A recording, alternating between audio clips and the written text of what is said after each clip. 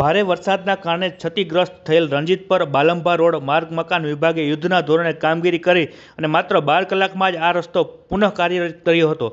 જામનગર જિલ્લામાં થયેલા ભારે વરસાદના કારણે સમગ્ર જિલ્લાના સ્ટેટ તથા પંચાયત હસ્તકના 54 જેટલા માર્ગો અસરગ્રસ્ત બન્યા હતા, જેમાંના મોટાભાગના માર્ગ અને મકાન વિભાગે રાત દિવસ કામગીરી કરી પુનઃ કાર્યરત કર્યા છે। ત્યારે જામનગર જિલ્લાનો એવો જ એક માર્ગ રણજીતપર બાલંભા કે જે ભારે વરસાદથી પ્રવાહમાં મહત્તમ ધોવાઈ ગયેલ હતો, આ વાહનોની અવરજવર માટે બંધ થયો હતો।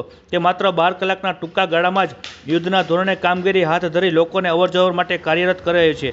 જામનગર માર્ગ અને મકાન વિભાગના કાર્યપાલ ઇજનેર વિજય ગોસ્વામીએ આ અંગે જણાવ્યું હતું કે રણજીતપર બાલંભા એકમાત્ર માર્ગ છે જે રણજીતપર ગામને જોડે છે। વરસાદનું પાણી ઓવરટોપ થવાથી આ માર્ગ મહત્તમ સ્થળે ધોવાઈ ગયો હતો, જે લોકોની અવરજવર માટે બંધ થયો હતો અને આ માર્ગ બંધ થતાં રણજીતપર ગામ સંપર્ક વિહોણું બન્યું હતું। વરસાદ રોકાતા માર્ગ મકાન વિભાગે તાત્કાલિક કામગીરી હાથ ધરી હતી, રાત દિવસ એક કર્યા અને માત્ર 12 કલાકમાં જ ધારાસભ્ય મેઘજીભાઈ ચાવડા તથા કાર્યપાલ ઇજનેરની ઉપસ્થિતિમાં આ રોડ અવરજવર માટે ફરી કાર્યરત કરાયો હતો। વધુમાં વધુ આ માર્ગ માટે સરકાર દ્વારા 12 કરોડથી વધુનો ખર્ચ મંજૂર થયેલ છે। ચોમાસું પૂર્ણ થઈ આ રોડના નવીનીકરણનું કામ હાથ ધરાશે।